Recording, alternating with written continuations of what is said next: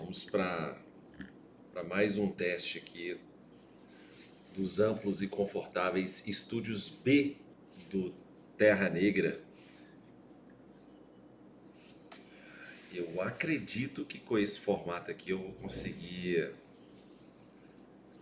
conseguir interagir bastante com vocês. Por favor, me avisem aqui se o áudio está ok, se a imagem está ok. Como estamos? Cá estou eu nessa gélida noite belo-horizontina. Sejam muito bem-vindos e sejam muito bem-vindas todos vocês que estão prestigiando uma live de supetão proposta por este humilde professor que vos fala, para a gente conversar sobre a guerra entre Irã e Israel, tá bom? Se o áudio está ok, está tudo perfeito, então podemos dar continuidade. Olha só, vamos lá, meus caros e minhas caras. O propósito aqui é a gente interagir bastante, tá? Então, por favor, mandem os seus comentários. Boa noite para Soraya, para Suelen, para Eduarda, para Jussiele, para todo mundo que está participando aqui no chat. E aí, vamos lá. Vamos a começar. Eu queria primeiro testar com vocês um salve Barba, tamo junto, um dos maiores professores de geografia do nosso país, está presente aqui com a gente também. E eu queria muito começar, sim, Jussiele, a live vai ficar salva, tá? Oh, que coisa maravilhosa, tá? Olha só, tô no meu intervalo e já vai acabar. Pô, sensacional, Jussiele, eu prometo que a live vai ficar salva. E eu tô gravando aqui por via das dúvidas, eu tô gravando para depois, caso dê algum problema no Instagram, eu publico isso lá diretamente no YouTube também, beleza? Então, boa noite para você também, Zeneto, boa noite para você, e Deise Santos. E aí, eu queria só começar, até para poder testar, tá? Se o áudio vai ficar bom para vocês, eu queria muito que vocês assistissem esse vídeo comigo, tá? Porque é um vídeo que eu queria começar de fato de uma forma bastante sóbria, porque é um filtro que eu acredito que todos nós tenhamos que ter, tá? Que é o filtro da sobriedade ao lidar com uma situação muito delicada, como a situação que a gente está acompanhando hoje entre Israel e Irã. E aí eu trouxe para vocês aqui um vídeo muito especial, tá? Que é um vídeo do Marcos Bruso. Se vocês não seguem, sigam o Marcos Bruso, ele é fantástico. E eu vou liberar o vídeo para vocês aqui. Preocupa Irã, não me preocupa Israel e me preocupa que as pessoas lutem para tomar um partido em uma guerra que nem as pertence. Se a gente parar para pensar sobre Irã, por exemplo, eu não posso apoiá-lo porque eu sou ateu e ateus, assim como homossexuais, sofreriam pena capital nesse país. Não é o modelo de mundo que eu defendo. Sobre Israel, sua postura bélica e inumana com relação às pessoas da Palestina, os seres humanos comuns que lá habitam, também não é algo perdoável. Qual o sentido de defesa de guerras que levam à morte milhões de pessoas por conta de mitologias, de histórias do passado, da construção ou da imposição de um modelo de pensar sobre deuses ou da reaquisição de terras prometidas por líderes religiosos milênios atrás. Fosse assim, se o Império Mongol decide pegar de volta suas terras, ele pega do Japão ao leste europeu. A história é algo vivo, as fronteiras se transformam e o que realmente me interessa aqui é o fato de que as guerras têm se tornado guerras técnicas, que se fazem valer dos corpos e das vidas das pessoas que não têm nada a ver com isso e muitas delas nem apoiam seus próprios governos, para demonstração de um marketing bélico através de um espetáculo técnico. Isso que a gente vê das bombas, das interceptações das bombas com um domo automático, ou ataques supostamente cirúrgicos perfeitos, ou a destruição completa de imensas áreas habitadas em um piscar de olhos. São demonstrações técnicas da destruição instrumental, como parte de marketing que se apropria da vida das pessoas, como plataforma para demonstração desse poderio. Por isso a guerra é um conto de fadas com vítimas reais, as crianças, os animais, as vidas perdidas, no meio desse marketing de uma guerra técnica. Não me preocupe. É isso, meus caros. Então, a gente começa essa live com uma tônica que para mim é muito importante, que é a fala do Marcos Bruso. O Marcos, ele foi muito feliz ao colocar isso, porque, primeiro, a gente vem sendo tomado no Brasil por uma futebolização da política muito grande. E aí a gente acaba assumindo para nós mesmos que tudo necessariamente tem dois lados e a gente acaba vestindo uma roupa maniqueísta. Trocando em miúdos e traduzindo, você não tem que assumir lados necessariamente em todos os aspectos do planeta. Você não tem que buscar certo e errado em todos os fatos geopolíticos no mundo. Não existe vilão e mocinho igualzinho num filme da Marvel.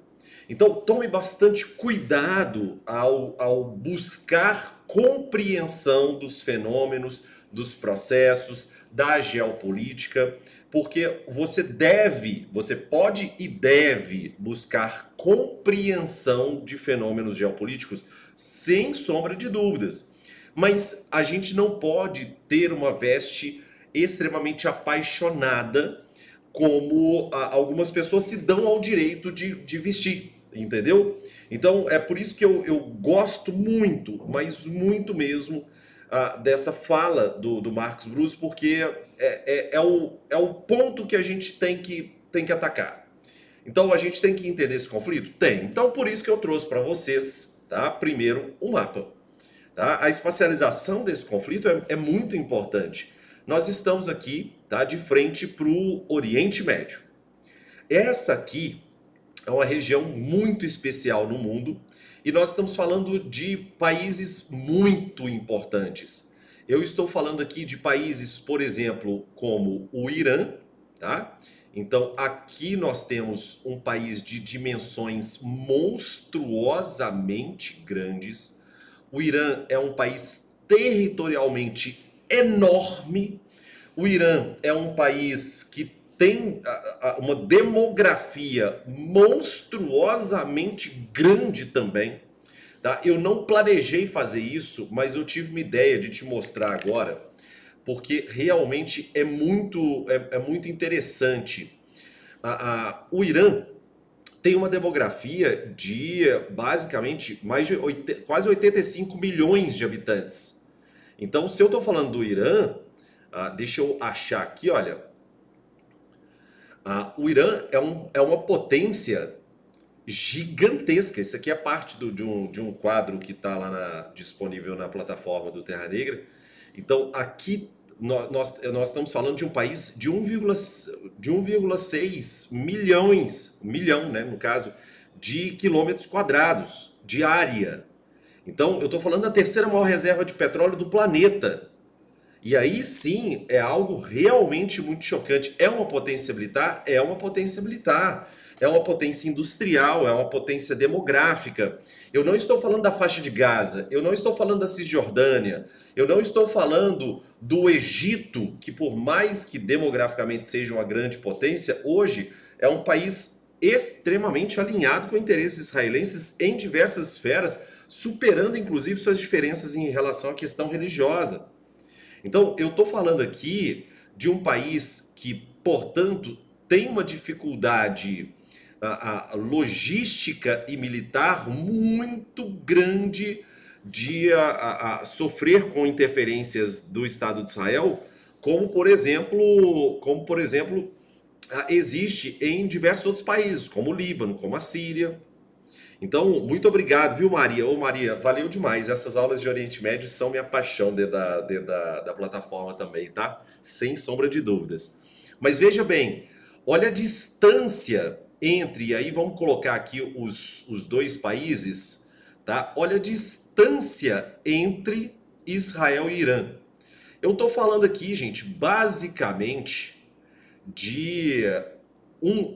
entre as duas capitais, tá? Eu estou falando basicamente de 1.600 quilômetros, tá? De 1.600 a 1.800 quilômetros. Isso faz com que a gente tenha uma distância logística muito grande. Não estou falando de bombardeio, por exemplo, como o que aconteceu na Guerra dos 6 Dias, em que inicialmente, nas primeiras 6 horas de conflito, o Estado de Israel já tinha destruído quase que por completo, tá? No contexto da Guerra dos 6 Dias, o Estado de Israel já tinha destruído quase que por completo as forças egípcias. Mas olha a proximidade entre o Estado de Israel e o Egito, gente. Eu estou falando então de um ataque a uma das grandes potências militares do Oriente Médio. Sem sombra de dúvidas, nós temos Israel e Irã como as duas grandes potências militares regionais. Evidente que a Arábia Saudita também se soma a essas duas potências, mas o Irã com uma força de mísseis muito significativa, Israel com a sua força a partir da inteligência e força tecnológica também muito expressiva. Então, uma guerra entre Irã e Israel não é uma guerra que acaba do dia para a noite. O Irã tem uma capacidade de resiliência muito, mas muito forte. E aí é muito a distância é muito grande entre o que aconteceu na faixa de Gaza, entre o massacre promovido por Israel na faixa de Gaza, para o que pode acontecer com o Irã. O Irã consegue promover uma estratégia, e aí isso é muito importante que você entenda sobre esse confronto, que muito se fala sobre o Iron Dome, né, do Estado de Israel, o sistema de defesa. E aí, no podcast Geografia em Meia Hora, que eu tenho bastante tempo para poder trabalhar, eu diferencio o sistema Arrow, do sistema Iron Dome, de todo sistema que é multifacetado, que é um sistema que se chama de defesa em camadas. E aí eu diferencio camada por camada do sistema de defesa de Israel. Só que esse sistema, por mais eficiente que ele seja, 99,9% de eficiência em relação às interferências, principalmente a foguetes e não a mísseis, mas o Irã tem uma capacidade de enviar tantos mísseis que vai sobrecarregar esse sistema. E apesar de ser um sistema extremamente eficiente, quando ele se vê em sobrecarga, vários desses mísseis vão passar. E o que o Irã está fazendo? Envia mísseis mais arcaicos, e eu não estou falando de foguetes, eu estou falando de mísseis mais arcaicos em direção ao sistema de defesa aérea do Estado de Israel, e os mísseis tecnologicamente mais avançados espera para quando a sobrecarga chegar. Quando a sobrecarga chega, e aí sim, definitivamente, esses mísseis vão chegar ao solo israelense, tá bom? Deixa eu só responder aqui alguns comentários. Um salve para o Gustavo e para a Raia aí, seus lindos. Vamos lá, o Luiz Manuel. O Irã tem 4.000 anos de resistência, de resiliência. É justamente isso, Luiz.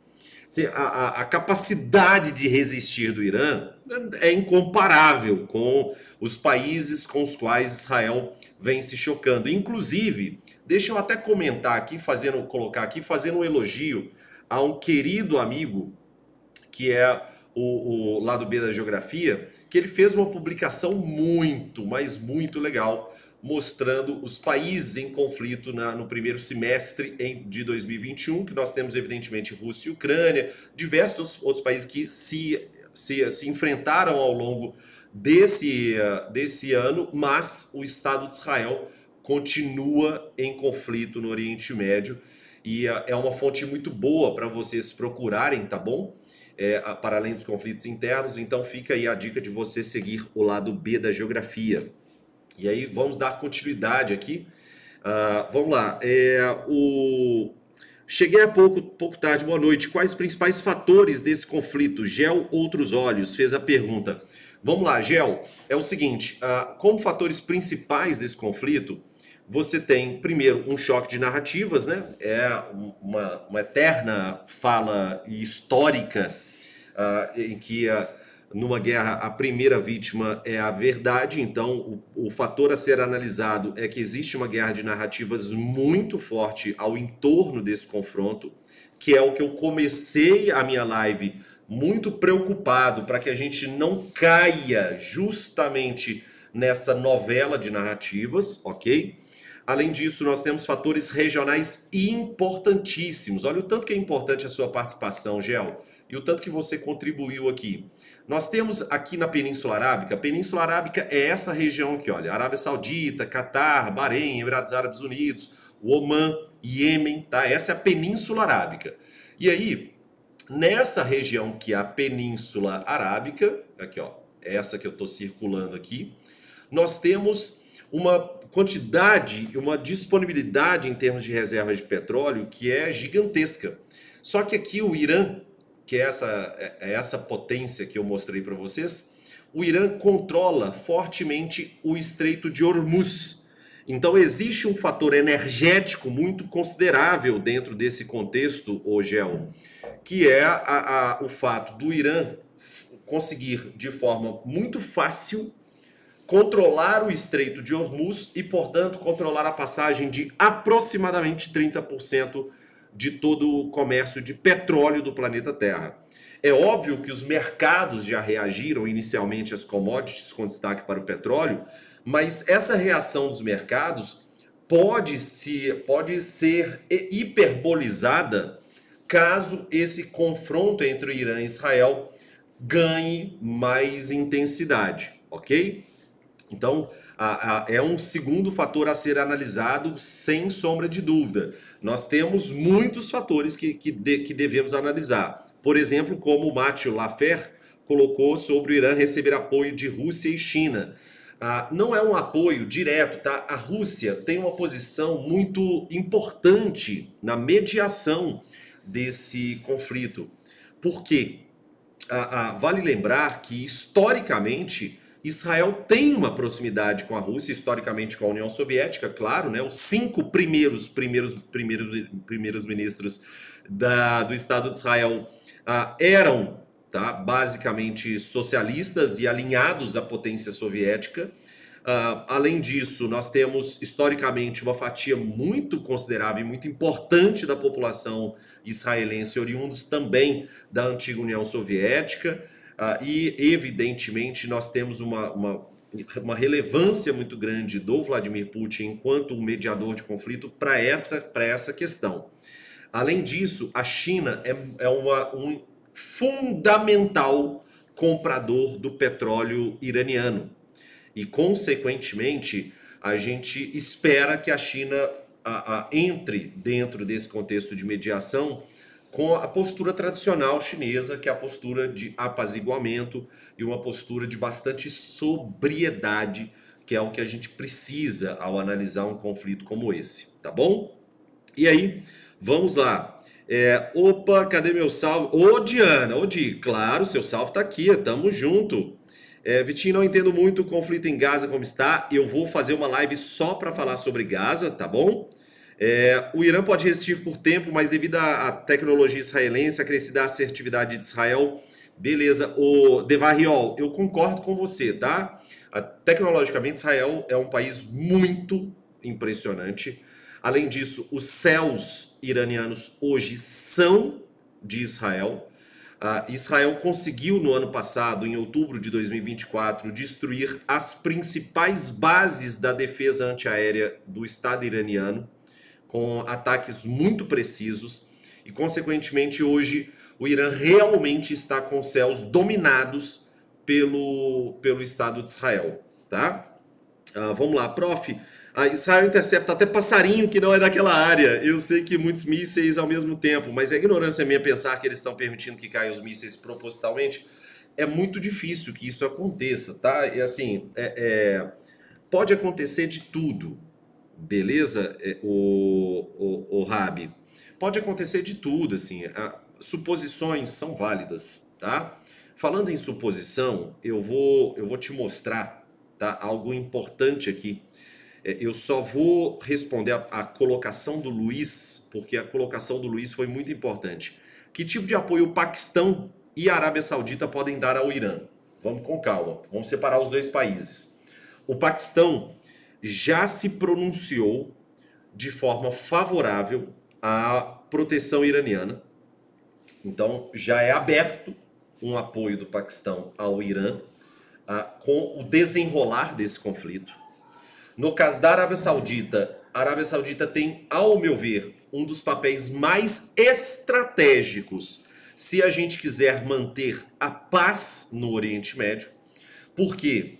Pensa comigo, Luiz, olha só, o Donald Trump acabou de firmar acordos trilionários com a Arábia Saudita. A Arábia Saudita pode ser o fiel da balança. Só que, infelizmente, a Arábia Saudita conta com a seguinte questão.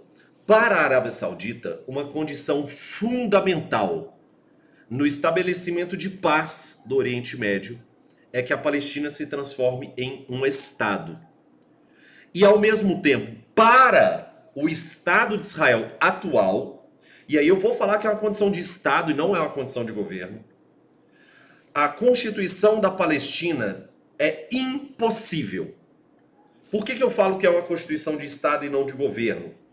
Você não vai falar para mim que os ultranacionalistas israelenses têm uma interferência maior no governo atual e por isso, quando esse governo sair, nós teremos paz com os palestinos. Não vai haver isso. Então, definitivamente, se a Arábia Saudita forçar um acordo de paz, Israel teria que ceder muito. Só que Israel só cederia muito se Estados Unidos obrigasse Israel a ceder com essa intensidade. E a Arábia Saudita consegue fazer isso em função de acordos trilionários com o Estado de Israel, com os Estados Unidos.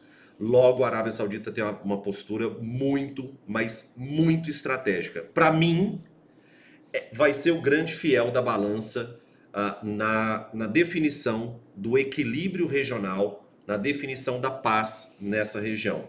Lembrando, a Arábia Saudita é uma potência nuclear? Oficialmente não. Mas é um caso de um país que tem uma bomba nuclear terceirizada. Que a bomba nuclear da Arábia Saudita está sob posses do Paquistão. Então, a Arábia Saudita é uma potência nuclear? É. Com a sua bomba lá no Paquistão. Israel é uma potência nuclear? É. Com dezenas e dezenas de ogivas nucleares. E o Irã não é uma potência nuclear ainda. Ok? Mas eu trouxe para vocês aqui, só para vocês entenderem, e aí eu quero que vocês assistam esse vídeo comigo, tá? Eu quero muito, e daqui a pouco eu vou responder todas as perguntas do chat, eu prometo. Eu quero muito que vocês assistam esse vídeo comigo, porque eu quero evitar visões catastrofistas, que por mais que elas possam existir e por mais que uma catástrofe possa vir, como uma terceira guerra mundial, como um acirramento desse conflito, eu quero trazer um vídeo para você que é um vídeo do Rubão, uma pessoa que eu respeito muito, é um dos debatedores profissionais do Brasil, que o Luigi ama fazer react. Ele tem todo o meu respeito e o que eu estou falando aqui não significa que eu concordo ou não com ele, tá? Mas é porque muita gente agora vai construir cenários hipotéticos. E aí eu vou te mostrar o vídeo do Rubão aqui, ó. Vamos lá, vamos assistir comigo o vídeo do Rubão. Israel atacou prédio, derrubou uma ala inteira de um prédio onde morreram mais 20 ou 30 pessoas para atingir um general. O general, que era o comandante-chefe da Guarda Revolucionária Iraniana, era um cara moderado, era um cara extremamente moderado e conciliador. E o que entrou agora, você pode chamar ele de psicopata para baixo. O cara que entrou agora, meu amigo, que é de Israel, chegou mais revoltado e outra coisa, não tem nada a perder. Isso daí, a única coisa que causa é revolta e revanche. O Trump fingiu que estava negociando com o Teherã, mandou os analistas da Comissão de Energia Nuclear, da ONU, para lá. Esses caras mapearam, entregaram todos os lugares para Israel fazer um ataque. E agora está tendo a retaliação. Quem paga? Netanyahu.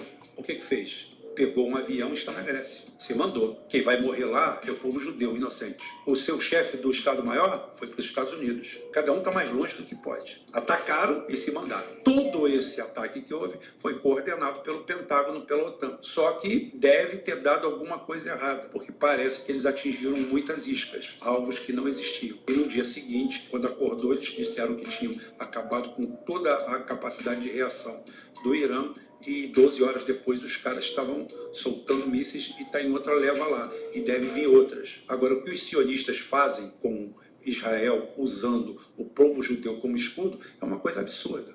Israel... Vamos lá. Cara, tem tantas camadas esse vídeo aqui. Esse vídeo dá pra gente analisar, mas com muitas camadas. Eu conseguiria tranquilamente passar uma hora conversando sobre esse vídeo aqui, tá?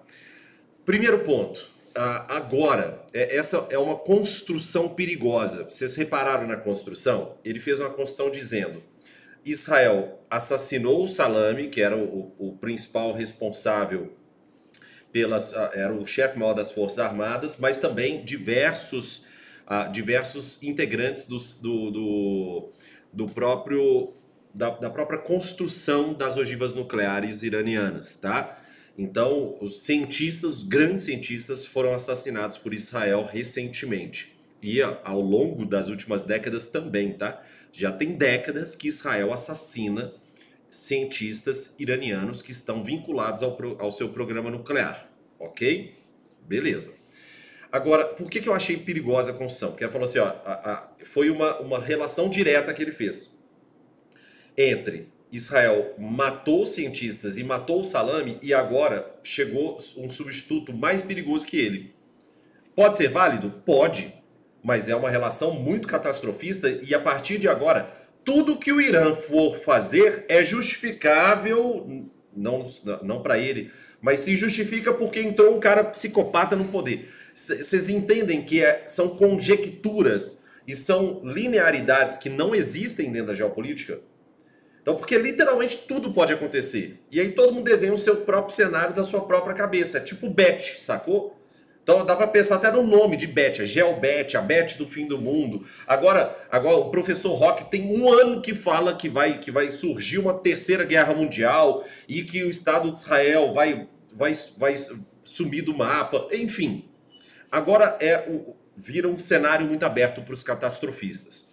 Uma outra questão que ele coloca, e que é bem interessante, e que ele deixa implícito, é o fato de que Israel consegue matar os cientistas do programa nuclear iraniano dormindo no seu quarto, com uma precisão que, evidentemente, mata todos os seus vizinhos, mas com uma precisão muito maior, a 1.600 quilômetros de distância, do que a precisão dos bombardeios na faixa de Gaza. Mas isso é uma outra live. A gente pode fazer uma live só para a faixa de Gaza, caso essa live aqui seja interessante e vocês estejam gostando. Beleza? Então, e existe mais uma camada dentro do que ele falou. Realmente, não só o Bibi Netanyahu está na Grécia, como diversos outros membros do alto escalão do governo do Bibi estão em outros países. Vale lembrar que quando todo mundo estava sendo convocado para a guerra na faixa de Gaza, o próprio filho do Bibi Netanyahu estava na Flórida. Mas isso é um outro papo também.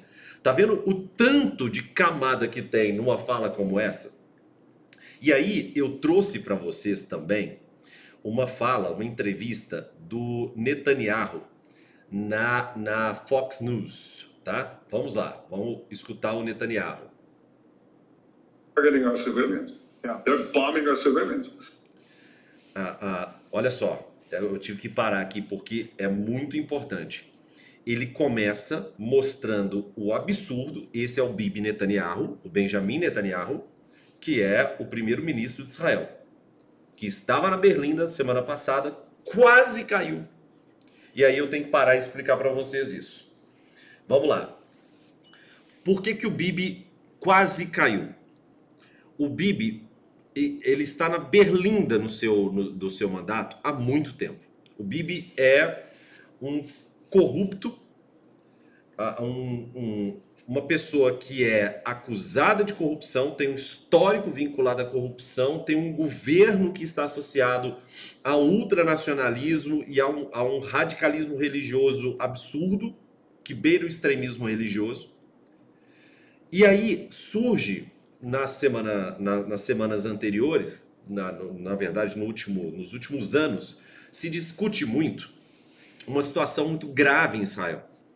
Em Israel, os estudiosos da Torá e os seminaristas da Torá, os judeus ultra-ortodoxos, não precisam servir às Forças Armadas porque eles dedicam o seu tempo para a leitura da Torá e para os estudos religiosos, ok?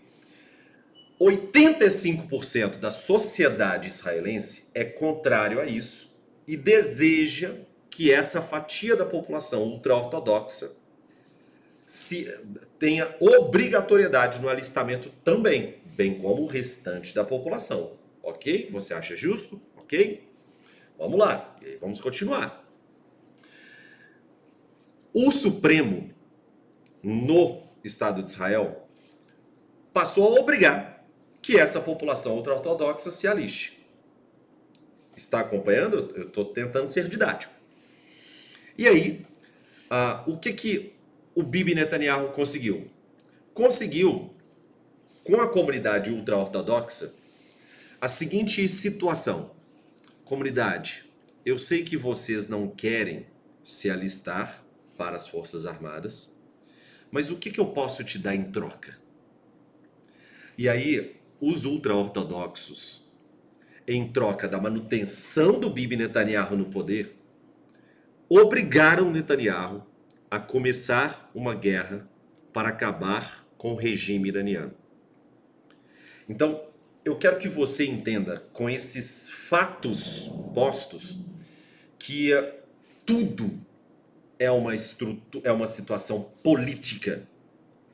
Gaza é uma situação política para o Bibi Netanyahu não ser preso.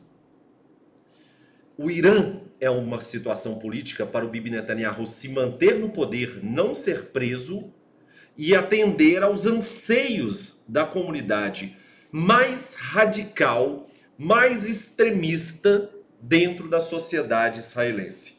Eu estou falando de extremismo religioso que acaba promovendo massacres de populações, acaba promovendo assassinatos de civis, que acaba promovendo um caos que pode ser global em função de uma perspectiva, de uma leitura, de um extremismo religioso. E a narrativa desse atual governo, que tem no seu pilar fundamental o extremismo religioso, é que ele está combatendo o extremismo religioso muçulmano de outro país.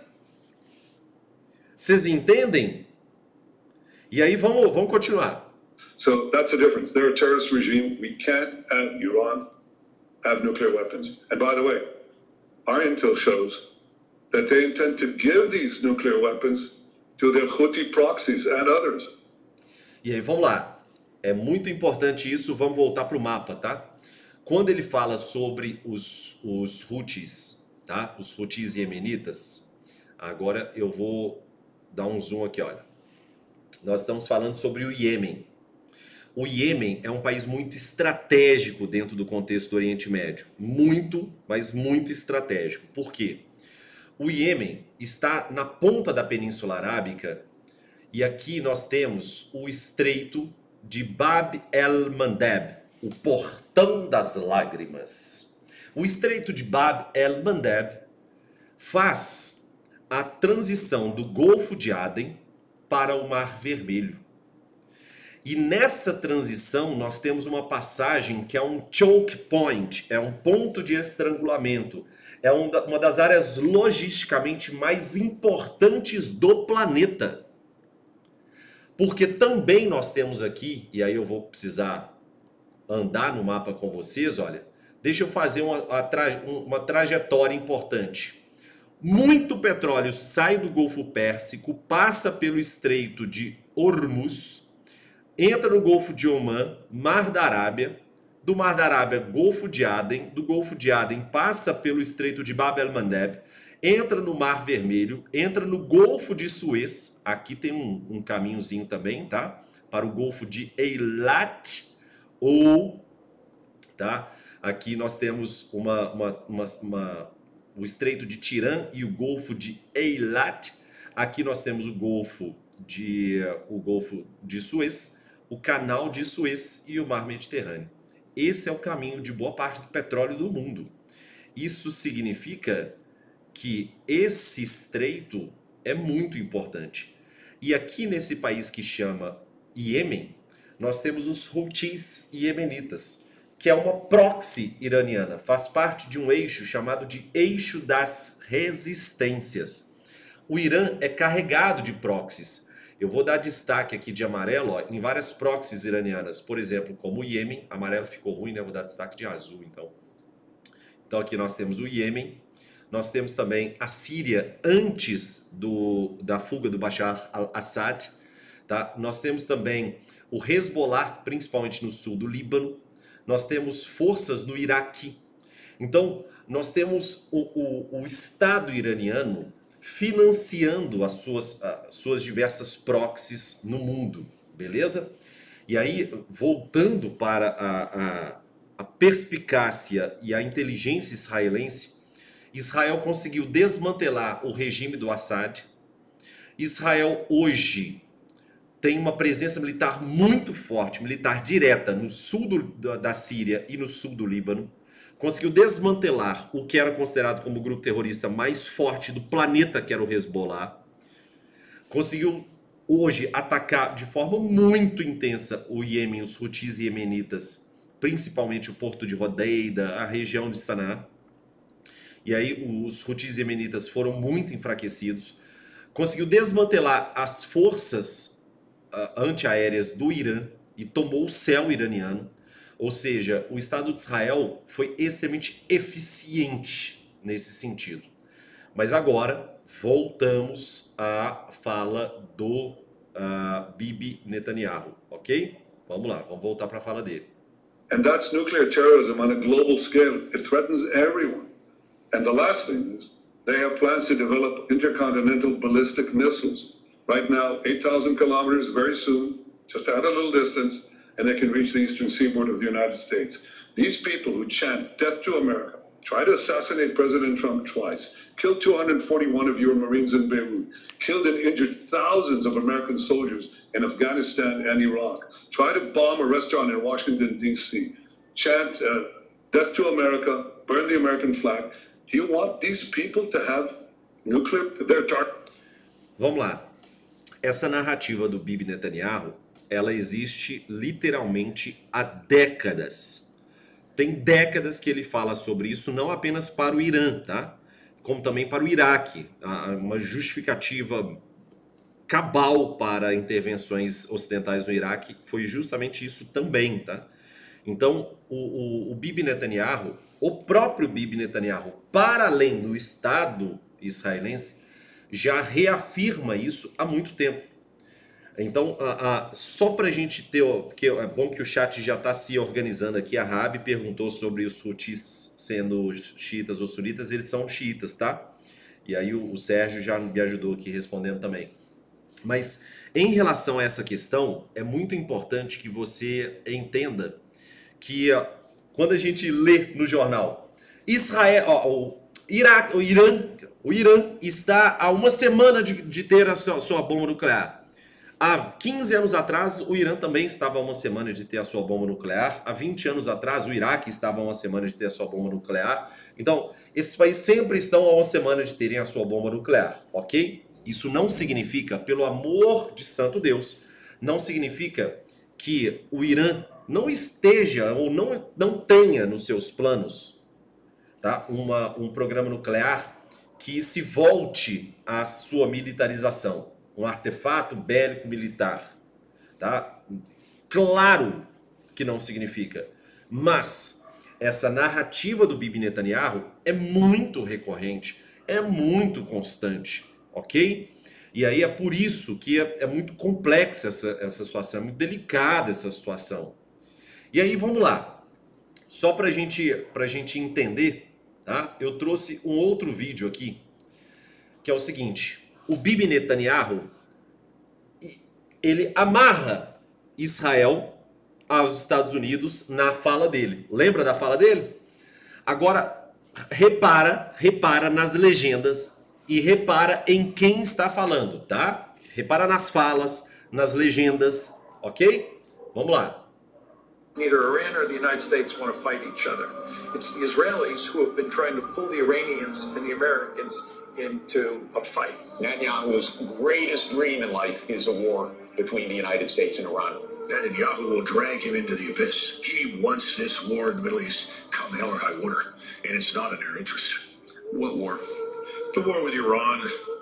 We don't want to go to war against Iran. I don't think we should be fighting wars on behalf of Israel. Make it clear to Netanyahu that he should not be dragging America into war with Iran. You go fight Iran. We are American people. It's not our problem. If they start talking to you about fighting a war with Iran, you treat them like an enemy that they are. We should not go to war in Iran on behalf of Israel. Against the war with Iran. It's not in America's interest, and many Americans will die, and billions will be spent on a war we don't need to fight. Everybody wants peace, except Israel. Neither Iran. É muito interessante esse compilado, tá? Mas muito interessante mesmo, porque realmente nós temos assim, uma sociedade americana que ela está muito dividida. Essa noção que muita gente acredita que existe um apoio incondicional da sociedade americana ao Estado de Israel é uma noção equivocada. Existe um apoio incondicional histórico que se perpetua ao longo dos últimos anos dos Estados Unidos para o Estado de Israel. Ok, mas eu estou falando de Estado, não estou falando da sociedade. E um dos grandes motivos pelo qual a gente tem essa noção de que a sociedade americana é muito coligada com a postura belicosa, essa postura beligerante, essa postura de voltada à guerra do Estado de Israel, é porque existe um controle midiático ocidental muito parrudo. Que é um exemplo bobo, que parece bobo, mas não tem nada de aleatório, mas sim muito estratégico. O que prefeitos brasileiros estavam fazendo em Tel Aviv recentemente? Então, quando você pensa que uma das práticas mais corriqueiras, mais tradicionais de Israel é levar prefeitos de diversos lugares do mundo para Tel Aviv e diversas outras cidades para falar sobre smart cities, para falar sobre diversas questões urbanas dentro de Israel, envolvendo segurança, envolvendo diversas questões, segurança pública, saneamento básico, tráfego urbano, ok. Como se Jerusalém fosse um primor do tráfego, tá? Loucura, insanidade. Mas, vamos lá. Essa estratégia israelense é muito inteligente. Os prefeitos voltam, dispersam na sua base que Israel é um mundo muito mais desenvolvido, que é um mundo muito à frente do que está ao entorno. É uma visão baseada em orientalismo mesmo, né? Nessa concepção que o Oriente Médio é atrasado e Israel é avançado, e a gente tem que aprender com Israel, pois as cidades israelenses são absurdamente mais desenvolvidas do que o restante, por méritos da sociedade judaica, israelense, enfim. São estratégias muito claras e que funcionam muito bem. Esse controle da narrativa por parte de Israel é muito forte. E aí eu trouxe um contraste para mostrar para vocês aqui, tá bom? Vamos ver esse contraste aqui, olha.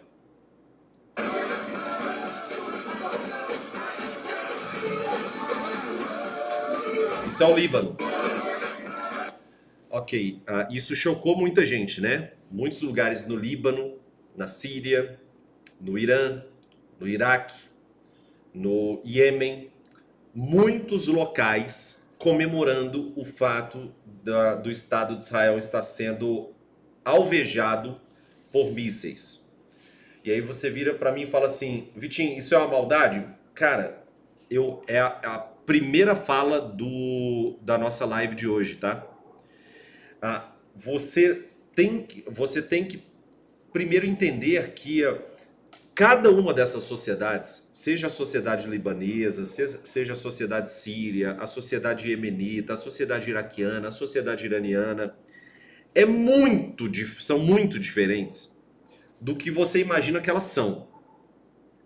Porque o que chega pra gente aqui no Brasil, e pela mídia mainstream, pela internet como um todo, são recortes muito tristes de uma sociedade e que são recortes homogeneizadores dessa sociedade. Existem pessoas nessas sociedades que odeiam o Estado de Israel por motivos mais do que óbvios. O Estado de Israel promoveu intervenções nessas sociedades e nesses estados que foram muito pesadas e que causaram muitos traumas a fatias dessas sociedades. Então, aí você vira para mim e pergunta assim, Vitor, mas você acha isso certo? Eu não tenho que achar nada. Eu não tenho que achar se isso é certo, se é errado. Isso não compete a mim. O que eu estou te mostrando eu entendo que existe uma parte da sociedade libanesa, olha só, eu entendo que existe uma parte da sociedade libanesa que odeia o Estado de Israel por motivos históricos.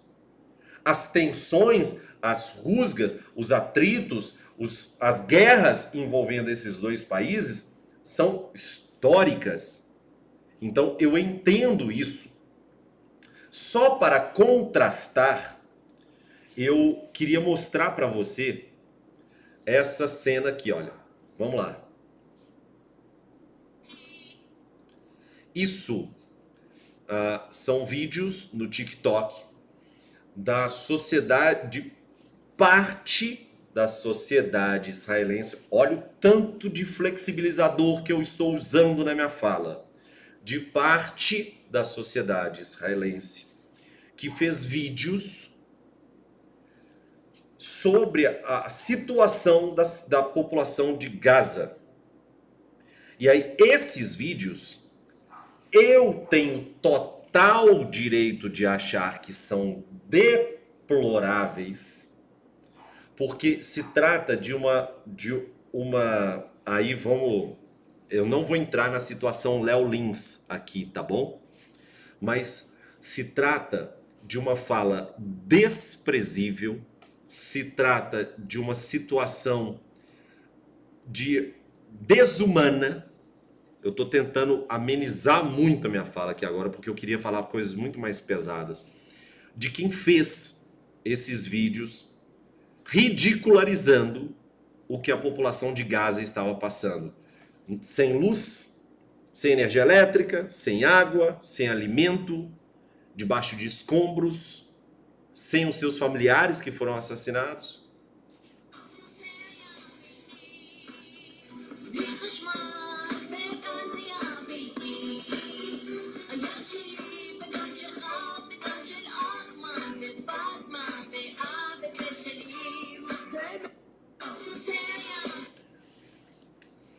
Entende o contraste que eu coloquei para vocês?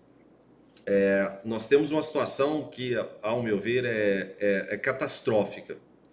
E aí eu trouxe para vocês também um outro ponto que eu acho que ainda vai tomar mais proporção, assim, a gente vai ter muito mais vídeos sobre isso. O Irã está sendo também fortemente bombardeado, né? E o Irã colocou diversas iscas para o Estado de Israel atacar, e é bem interessante que eu mostre isso para vocês também, tá? Olha aqui, ó.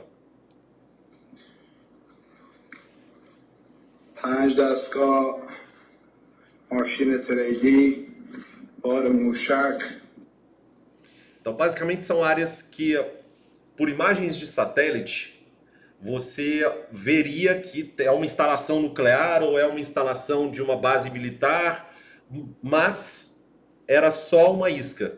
Então, era para Israel atacar efetivamente, enfim, e distrair um pouco os ataques israelenses.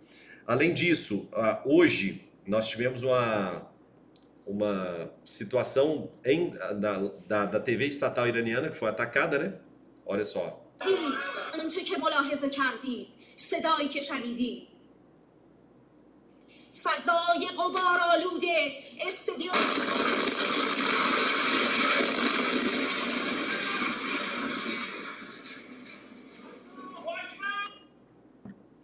Em geral, tá? Não é sempre. Em geral, os ataques dos dois lados são ataques a alvos muito específicos. Tá? No caso iraniano, a entidades, autarquias governamentais, quando é residencial, a tentativa de atacar a residência de membros do programa nuclear iraniano. No caso iraniano também, quando ataca um ponto estratégico, por exemplo, em Haifa. Haifa, gente, é uma cidade bem interessante, é uma cidade muito bonita, tá? E essa é uma refinaria. Haifa é dono do grande porto israelense, né? E aqui tem um vídeo sobre a refinaria de Haifa queimando.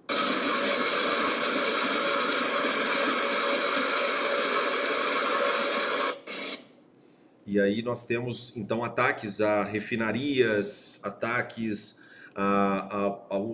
o que está em Tel Aviv como uma espécie de pentágono do Estado de Israel. Então, alvos mais estratégicos, ok? Eu flexibilizei no início da minha fala e flexibilizo no final. Em geral, os ataques envolvem esses alvos mais estratégicos, mas vale lembrar que o Marco Rubio, tá? Falou que, Marco Rubio americano, né? Falou que não tinha envolvimento dos Estados Unidos, e eu fiz um podcast essa semana sobre a guerra entre Irã e Israel, em que eu mostrei que os Estados Unidos precisa auxiliar o Estado de Israel, viabilizando corredores logísticos. Nesse caso aí, foram 24 aviões-tanque que saíram dos Estados Unidos. Então, a Força Aérea Americana contribuindo muito, tá? A Força Aérea dos Estados Unidos tem a maior frota de reabastecimento aéreo do mundo, e aí nós temos uma contribuição muito forte dos Estados Unidos para o Estado de Israel, viabilizando corredores logísticos que envolvem, inclusive, bases militares na Arábia Saudita, na Jordânia. Então, sim, existe uma interação com os Estados Unidos, tá? Hoje nós tivemos uma cena que me chamou muita atenção, que eu queria trazer para vocês aqui, que eu vou trazer quase que caminhando para o nosso encerramento, tá, da live, que é essa aqui, ó, a cena do Estúdio I com o Guga Chakra, tá? Oi, André, embaixador. O mundo estava mais seguro quando o Obama fez um acordo nuclear com o Irã, que o governo do Netanyahu, que o senhor representa, fez de tudo para sabotar quando o Trump assumiu o poder. O Trump acabou saindo daquele acordo. O Irã enriquecia até 4%. Lembrando, só contextualizando, essa é uma entrevista que o Estúdio estava fazendo com o embaixador israelense no Brasil, e o Guga Chakra é o principal correspondente e o principal comentarista de geopolítica da Globo News. Tem uma conexão muito forte, familiar com o Líbano, é uma pessoa que estuda muito a questão do Oriente Médio, a situação geopolítica do Oriente Médio, e ele fez uma pergunta muito pertinente acerca do desmantelamento do acordo nuclear com o Irã por parte dos Estados Unidos, com evidentemente o apoio do Estado de Israel. E aí nós temos essa questão aqui. Do urânio, e mandava todo o urânio enriquecido para a Rússia, mas o governo Netanyahu, junto com o governo Trump, fizeram tudo para sabotar aquele acordo, e depois disso a gente vê agora o resultado é que o Irã enriquece a 60%. Foi um fracasso, foi um erro. E aí nós temos uma questão que é muito importante. Você, para enriquecer urânio a um patamar de produzir um artefato bélico militar, uma bomba nuclear, você precisa enriquecer urânio a 90%, só que você precisa conseguir transportar essa bomba. Então, você precisa do ativador da bomba, você precisa minimalizar o artefato. Não é do dia para a noite dessa forma. Assim, opa, eu consigo enriquecer urânio a 90% e agora eu tenho uma bomba nuclear. Não, eu preciso eu preciso primeiro conseguir ativar essa bomba com competência, eu preciso minimalizar essa bomba, colocar numa ogiva. E é por isso que a Coreia do Norte é tão fora da curva. A Coreia do Norte tem bombas nucleares que conseguem, elas foram minimalizadas o suficiente, principalmente pós-2011, com o falecimento do Kim Jong-il e a entrada do seu filho, Kim Jong-un, tá? Que aí sim nós tivemos uma capacidade maior de minimalizar esses artefatos e conseguir entregar a distâncias maiores. Portanto, a Coreia do Norte tem um desenvolvimento muito à frente em relação a essa questão, tá bom? E aí nós temos uma segunda fala do Gustavo, do Guga Chakra.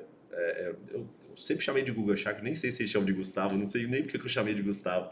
Mas do Guga Chakra, que é esse aqui, ó. Ver se o senhor concorda com esse erro. Em segundo lugar, por que Israel tem bomba atômica e que direito que Israel tem, se não é signatário do Tratado de Não Proliferação Nuclear, de pegar e bombardear o Irã? Por que Israel tem a bomba atômica? Por que Israel não assinou o Tratado de Não Proliferação Nuclear? E por que Israel sabotou o acordo nuclear firmado entre os Estados Unidos, Rússia, China, França, Reino Unido, e que, segundo todos esses países, a Agência Internacional de Energia Atômica, o Irã cumpriu? Eu queria entender como que bombardear um país, matar em civis, pode ser melhor do que um acordo que existia.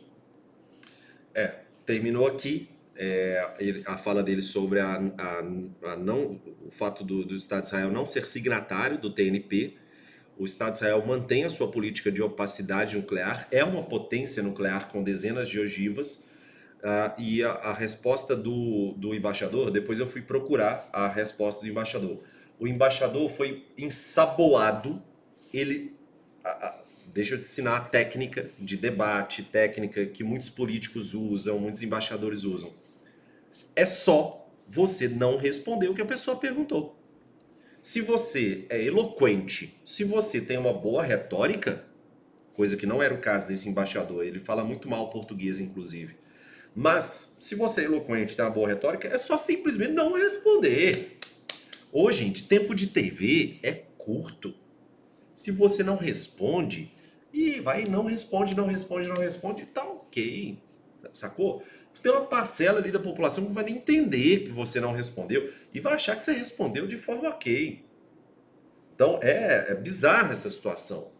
E aí nós temos, portanto, uma fala muito incisiva, né, do Guga Chakra. E aí o equilíbrio regional é muito desbalanceado, já que você tem uma potência nuclear, que é o Estado de Israel, e você não tem nenhuma potência nuclear em volta. E aí você tem um desequilíbrio muito grande nesse sentido, tá? Porque a certeza mútua de destruição não existe, é só a certeza de destruição de um lado.